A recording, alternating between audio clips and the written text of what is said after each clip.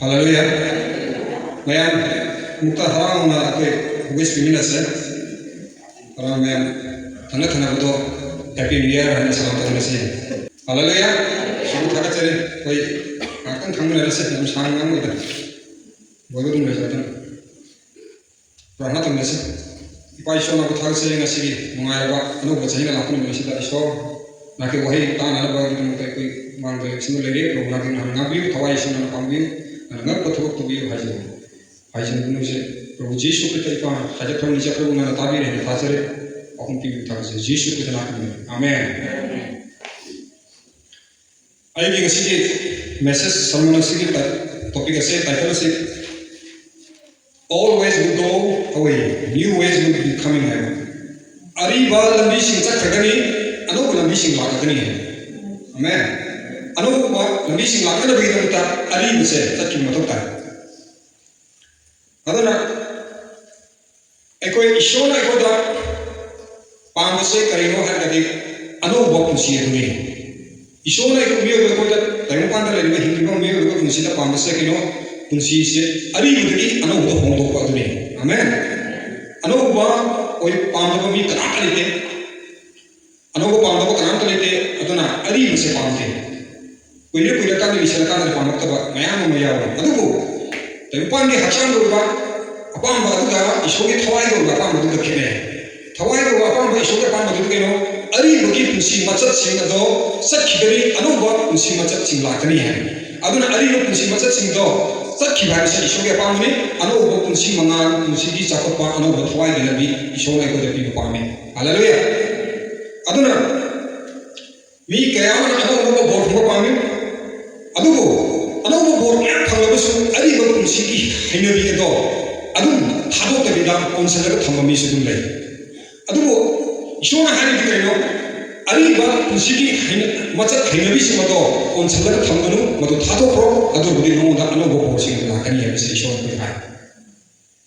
nasi ki message na reaction ko de piri nasi ki topic na ko da message na piri sigano ari ba lambi sim sa ki gani adu ka anu ba lambi sim la kani hai ba madang sida reaction ishona ko da khamale ahama point ai kani God is the author of new things. Ishwara said, "Another watching you or Bakuni, another watching you Bakuni." Amen. Aduna Isaiah chapter 43, verse 18-19 section hai. Isaiah ne leba jisaya ne leba apa pontu nifu hundoi, tata tarani para musim tarana pandasun hai. Mama ne ki hiram sing mixing laganu, ari bo hiram sing khalu laganu. Verse 19. Yengu, aina another thabak ama togani, object mayun chongani. नकोई नमस्ते खबो इधर आइना लम्हा तो फोंगा लंबी हमा अदुगा लेकिन लादा तुने सेम गनी अदर Isaiah chapter 43 verse 18-19 I have said remember not the former things behold I am doing a new thing how craba watching how craba loi craba singa do mingsi ura do yemu aino ji anu no thapang sin anu no person no koi gidamo to bire gani han sa ishona anu jahi la ko sida hallelujah masigi wasa se ishona mamang lagi masigi jahi chatur mamang lagi hana ishona mai jo Isaiah ke prophet mai jo ki mapang lagi prophesy to the thang aduna ekoi punsina ishona la thokra ishona copy ro pap se ishona ekoi ki hondo hen bi ro ko punsi machat se ekoi ki homo jat ko ya se ishona mapang ekoi ki hondo bi graba ekoi ki lotho bi graba do ekoi amu hana nisi ro graba amu nisi ro graba मेरे को कि पुंसी तो हुई तो पामया को तो हुई पत्ता बा खलो तो खलबा सारो तो सारो तो हुई तो थांगो तो खों के थांगबा उरान सजी तो को नुपीला को पत्ता बा सेंगो पापी तो बिहार में पुन लाई नुपीला को लाई नुपी तो पापी तो मैम एको पुंसी तो हुई अदो सिंग तो ईशोना इबो जीसु क्रिस्त में पाना एको कॉपी के लथो खबा सिंग तो एको को खबा मान खबा एको हाथो खबा एको लथो खबा खबा सिंग तो एको पापी मचत सिंग तो लथो खबा को सिंग तो एको अमोहन निंगसिंग रगनु है मधुना एको तरिसु खाना को पड़ता नत्रे मधुना एको पुंसी के चपल है माय पापा पड़ता तरिसु लेती है आमेन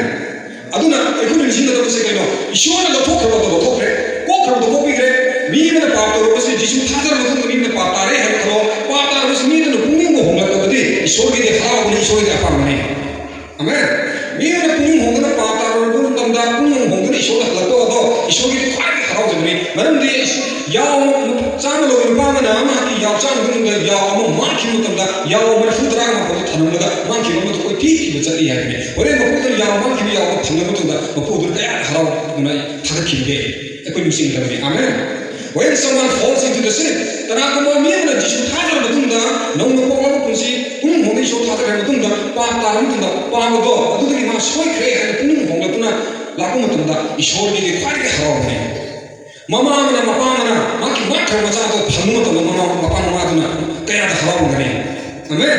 nasi khabar kagas da television news de koi adu ki misal to xyz da phit du ga ma phit mana ko ni chi du ga ba ulai kusum adu ni kusum sini adu dress de yum de thokela hanjal da tre khang pa ma ko thelo bi mission na bijari na barista natra mana ko police station da pa pibi u ha khabar da pa da ha bi se kino macha ma ki ni do phamu du da da ga ba se amen aku na da ga ba se ko ni imong du na da ga ba se mama pa du da ga ba se masa sin da ga ba se ko ki imong di ka na ko ma pa ko ni na ko ahal na ni ma ki do phamu du da ga ba se adu ma likewise ishor tha da ru na ka ko ni na pa ta ru di pa ta ru do man ga su shi ga su man do ka ta ga su ma ni ishor ni to ko le ke मधुगी मचल दो एक तंगी और कोले जिसु था तो कोई पुंसीदा कना वो भी ने ईश्वर की ना तो की मत अंदर ईश्वर की मा की खुद की ना तो की मत अंदर मान पाता वो तू ही मत अंदर एक कोई इंथो की चल भी हिन भी मान वो की सक की इंथो की करे में की कथाई में की नोक भी भी चल भी से ईश्वर की दिखाई दी ना मसी तो के अदुना मीना हलो पुदमी ईश्वर के पांगे मा की मीनो को हलो मत अंदर इमुंग की मीना या हाउ जो को या वो पुदना या चाम ले पुदना अब मान के मत फंग दा हाउ की को ईश्वर ने सो मीनो को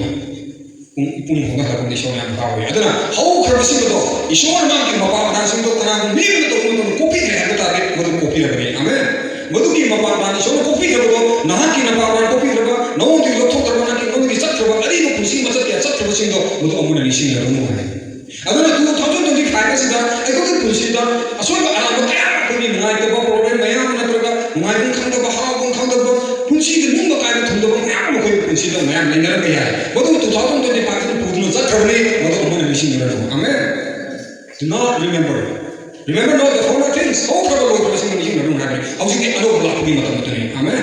another chahi hai se kaino another blessing another my papa another lambi to ko da ishogi my papa ba ishogi thujan la ko chahi ni other Luke chapter 4 की verse 19 का है Luke chapter 4 की verse 19 में असुन इधर ले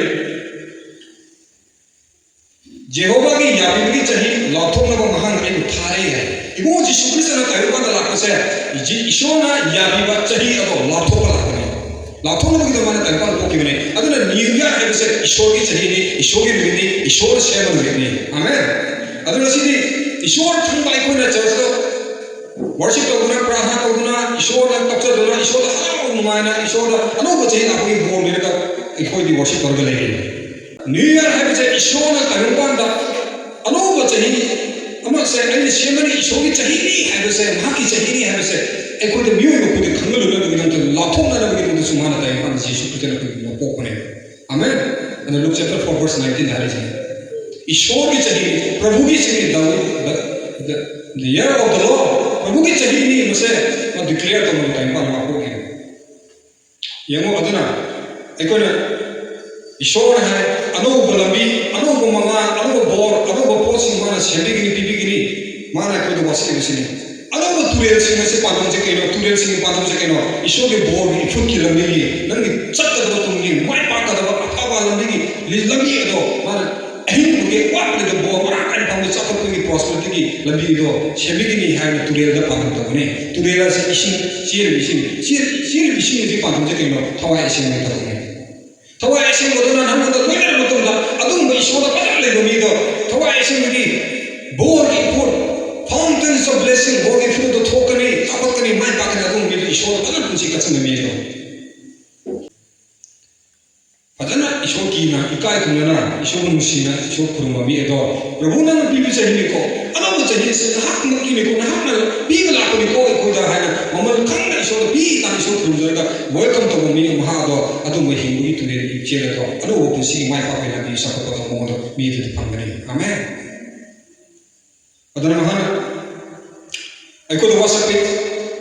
एको तो pussy सकल निगने mai pangge anu bo thongoi bigini anu bo punsi anu bo yini do chongan gani ya bise ajara ha bise aduna ishora ka demu su taimun pangge aksan ko ba ma aksan ko ba apa masing do ko de pide ma ki thawai do ba apa masing ko de pi haleluya pandama ma hajige numit se mi karam kana he numit nan sinti ki ngambi ko numit nan sinti ki tho ko ha numit ta asu ke demu su hai adugo ngasi thoi su numit nan se he ki tho ko he su ngambi ko mi ki kana su numit to wakat lite adugo numit ki thokam thokpa magi matam sana ai tu numit thokka da magi matam tu sana ngarang ngan ki numit do ngasi su ngan gani he ngasi ngan gani numit do he su ngan gani magi matam sana ngan to ko numit do ngan gani matum thokum thokani aduna to na ekoi punsi je ishor ki makpanda makhada hingba ishor thawai se makhada chapa hingba mi koi ta de ekoi punsi je ado gum manga ki punsi do ishor magi matam sana ko da manga do bibir kani matam sana manga do thon kani haleluya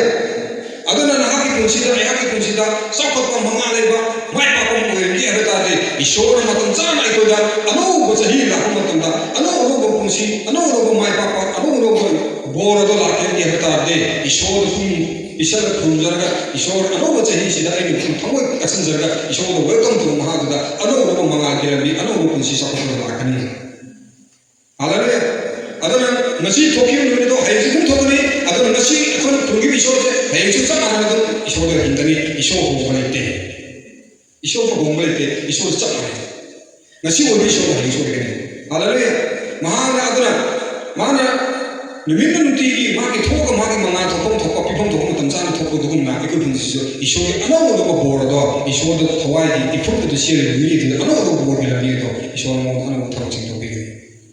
amen ani shuda second corinthians magi tara kreta sun hai ani shu corinthians magi tara kreta maram aduna kana gum amana kristo da lebti maha ado ko shemni ari ko pokune ma dan thokre yemu pokune no ino no le aduna kristo da le mi asa magi ari ko poro la thokramne ari ko poro do akuna kusalaga aku punsi da ada ko na badum paina na badum konjalaga dum thamna ko khona ro dargi magi punsi da ano bugi punsi mayo na do sukchong chong ho ari ba lambi sing da chakki ba la thokki ba 2025 na chakki ba dam da ekoi gi pura chakki ba ibon jisu krishna cross ba da pangthung no pura chakki ba se ari ba lambi sing do kari mu ha da de modo ekoi miyo gi pa ko pi ba ta ni pa ki thok sing pa ko ki thok sing do la thok re adu ekoi da pa ba so hal ba pa ko bar mo da awana ka har ba daina na thok pa mo man sing do ishona ma ki ta ki ta kum chena sing na ekoi pa bi kre amen adu da ekoi suddenly all traditions that is God's will ekoi ki hana gi ta pa gi suddenly gi ipai ko hakku gi ne hana leram ba ishona ya ko pa pi suddenly me ari ma cha sing do mo do ishona mo do lo thok ra ne move up to mo do pu ra ne adune ari la mi sa ki ya ki sing se machine adu da ari la mi sa ki ya ko sing no ta yu pang gi ari mo do ki halam ba ekoi da superstition lan thajan ba ki han ba mayam pa ki ta yu pang gi ari mo machat ki suddenly ne sing se imu jisu kristo na loi na machine ari mo lami sing pu da loi ya phe hai hallelujah adun machine mayam si si ki ekoi sing ni khatam la ne ba ni khatam la ekoi na mo na search da ari mo machat ki po sing se kushala ga thok to se ishori ye na ne aduna ari mo lambi sing ban thoki bu da kaino hai ta de matam punam ta ekoi pa ki thaba ki pa ki machat sing se masi ki lambi pa ki mahai sing pa ki character sing pa ki thaba sing works of the sins man sing se oi na puna ari ba lambi chaki bi se ya ba re hojik ti ano ba lambi la ko matam ne amen ano mi lambi phangraba ano lambi phangraba ano ba pusi ko ra ano ba pusi ko ra ekoi na ari ba pot sing se amon ni sing na pa ni na sok na hona ra re ne ko puning bhagan honga da ni soy khabade lan kha de ko puning honga da ni puning honga ba sing de ni so bi chara ko se aduna puning honga sing de so ma ana lu shi aduna ari ba pa pi lambi sing se ishona ka ni su sok la ro ha se ko ni sing aduna pandam haijige Israel masa singna Egypt ki laho matamda mukoi lambi lamhang moi wilderness singda lamhang singda mukoi chana bole nge ado ishona Israel masa singdo tarama thaki tare sargadagi mana chana chinja mana ko thadaki mana ayam thadare thadani mana do Israel masa singduna sai su kha thamhor ge mukoi khunjal laga thammi store tara ado ishona madu singdo hayeng pot thamma singdo lone pum mahal ishona hayeng nasigi oiba nasigi di nasi oiba na ba chaga da ni hayeng ni hayeng nuti ishona mana da thadara mo yo pir thapir hayeng ni hayeng nasigi chaga da to hendo na hayeng na thamma do pum mahal aduna ko ai chupa thamma busu nongala da pum ne aramde ishona hayeng sa kai ma da de nasigi ok narabaduna nasigi damota chaga da ai moduna hayeng ok narabune hayeng ni hana thanganu hai aduna anau no popi ni hai ko da autati alabeya aduna ha ki kusida anau no ko phangna ba ki do hona ni jisu da la ko to kusina ari ko do la to kra ba ari ko macha ching do ari lambi sing da tat kra to kra do ai ko ari bi sing mo fashion da hayeng ni hana thanganu samari mana do hayeng ni tasal kun da hayeng ni thanganu ne aduna pum ma ni do aduna ari ba pa la to kra ba ari ko pa ki kusi la to kra ba ko anau kusi ko ko sina Paki ari macam sing thabo memang macam practice or isla pasa Israel masa singna hayeng ni domon tene han mana hayeng sargam kunjal laga thammo ko pummo mango adu mo pusi ko mari adar ishona hamde nango da ano no mana ano no pusi ano no thabo to binabi da ari bising to ningsing do ari bising to ko karne lo to karne adana hayeng ni domon mo mana thammo to ishona yate hayeng jo hayeng mana to nti tiri ne ba adana bi ye se paman bagi himan bagi marna thamjale lokshal ta hayeng kari sa ani hayeng kari thakni wa ma hayeng hayeng thok tong ne ai ko ishona la thok ba ko pi ba ko pa ke thak ari ba thok sing do ai ko ningsing na ga ko pun sida practice to do ni ningsing na ko wa na go do ni bi ma pa ko pi re ade nan ta se ko pi sambur mi tong ningsing na ngam sambur mi tong ningsing na ko mi maran sikhana ga thol ngam mi do ni Adam yang kodi, cinta de kopi hai ni, tamu de kopi itu yau de ni na, cinta de yau ni na, tamu de yau de dah. Ada orang ni tu orang cakap kan ngarak kan nanti amu, nanti aku tahu apa tahu ni putus ngan. Aini iman ni ko, aini maru ni ko, aini kopi ni ko, aini ozan ni ko, isi ni nan, ipan ni iman ni ko, isi aini kan mesti lagi ko. Yo harus se, shang ni pun ni tu ko kere ada se, tamu ida, thumma tamu itu waktu ni sini. Adu tahu mu hai ni dah. Ishona ada remember not the former things and ishona lo to kraba ko kraba pa singodo nang nang singodo bi ma singodo lo ko pi de ko ka ro hai forgive me forget ka to hai ni da hai adana mi ko ki tayong pa ko na ta pa sing se jisu tha ja ga tha do ra ishona ko kre hai de ishona mo ni jin de jisu tha ja kisa na sai ko ni so ko ki to le pa se mo mo mi ta pa to do kana lage kunna do mi kana le Miwana do kanale, mi maranda nene do kanale, mi wai do kanale, shao do kanale, khana do kanale. Itu mungkin itu. Noong da mi udah tori paap se, kisah nama do paap to gaya. Tori paap se ishona kopi ho ya de, eko ini sarja kira. Salah, ada ningsing dan puktung apa ya? Amen. Ada hari bapak ningsing bersina, eko gi, thawai gi. Thabata chapot biramid apan mo koy sin Romans chapter 20 verse 2 sun hai Romeo patotaran ke pada anida aduga tagon pa asigi sawong logonu aduga na koina afaba lopsin bayaba mapung phaba isorge aning ba kare no hayo chang yeng ba na khoi pung na hunduna na khoi sawong otho hai alale tagon pa di sawong logu hai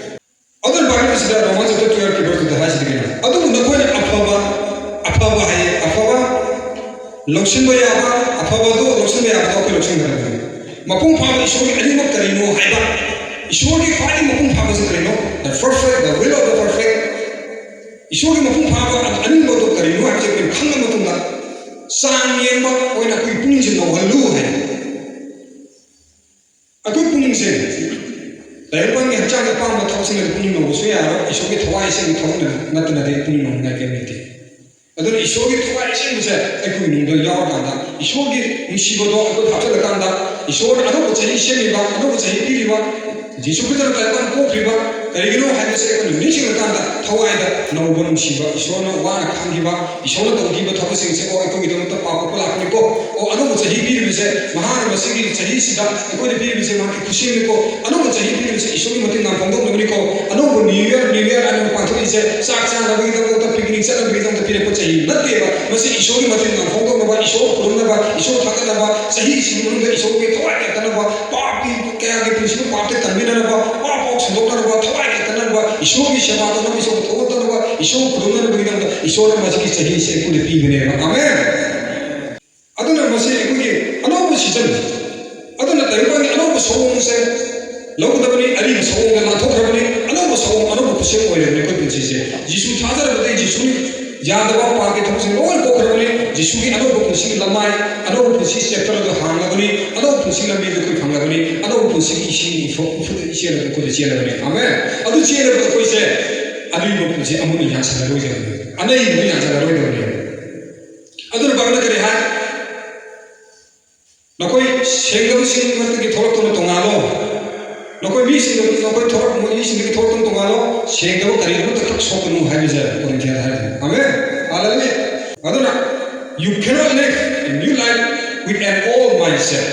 nahana kaidunasu ariba paapki mathakki wakhalosingdu loinana adum nana anoba punsigu loinana hingi habise nan kyaba nana anoba punsigu de hingi haru tabe ariba paapki wakhalon paapki mathakki wakhalosing loi thadoktai adum kana nan anoba lambi anoba season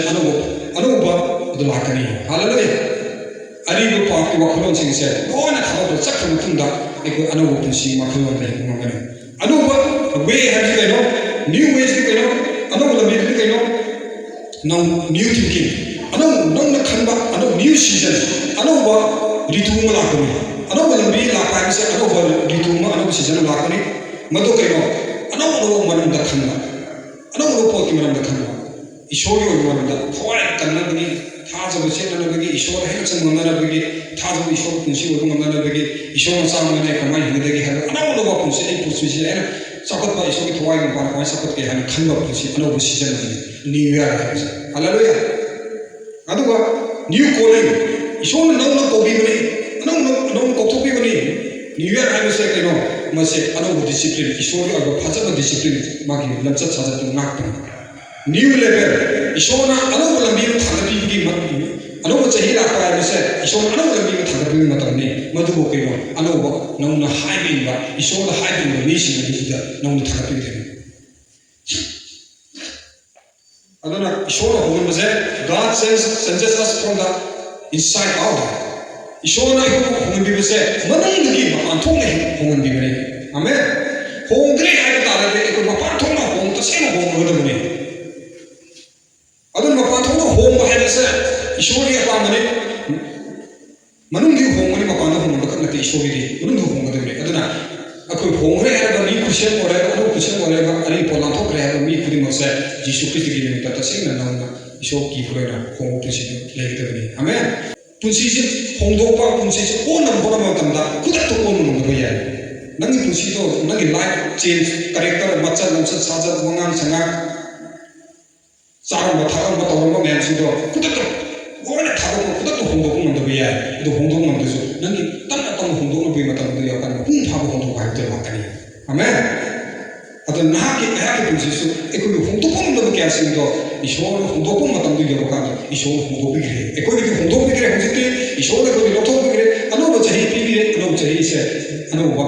asani anoba lambi lae anoba lambi sididi sakotpa mai papa to mai pa ishori thawai lambi sakona ba ishori athana ba ishori haibin ba adum prosperity gi lambi de amen aduna anoba lambi sida ko purpose keno new strength instead of burn out aduna ko anoba lambi sida ko je anoba pandal pore aduna new vision anoba wakol sing ko manglan sing ishor ko tauke sing khange har plan mayam ki vision sing ishor ko pore anoba thawno new anointing instead of dryness thawai se kanjalaga thawai shitharaga Christianity haraga ishor pangal yaoga Christianity daga prana tablo haita Christian Bible phật pa Christian para ta Christian atum ba atum laba Christian oidan na ring da ishona atum ba pangal lai ba thang ba labi do ishona anu labi se pa pare amen hallelujah aduga anu mahi ya na ba pusi do pa pare ba ko da akoi je wakal sothara ba wakal patha ba kan ning ma kai ba frustration oi ba ge tomum jamum kham ba ai ge ya kan lai te kan makal patai khaja ba atum ba do oidana ring da ishona akoi je sakko pa mai pa thawai na kan ba nang gi dam da ishona ai le ri ha nang to to mahi ya ba sakko ishona tha ja labi de he sakko tum labi de ta ishona anu labi se pa pare aduna je ali labi se pray always has gone the new way has come ari labi se pray anu labi la pray hallelujah anu labi do kai anu year sahi se ishona pogli anu do sahi se anu do pusi sakko tu mai pa ko ge pangal ge tham le ge ishona ekor do bobi ge anu sahi pire ne masi sahi ishona pi sahi ni masi ishona sahi ni su ishona kai kunana ram ko de herga ekor he nan mai ko pusi do ko le do kan hona se hallelujah padana ekor mayam ishona da ishona pisin se ishona ge oba anu sahi se dikire padana hanagi ari ba to sin do ko ni sin lo se ishona to kan ni anu lambi la ni anu lambi se ishona da padana pusi se ya na ko kan hona se amen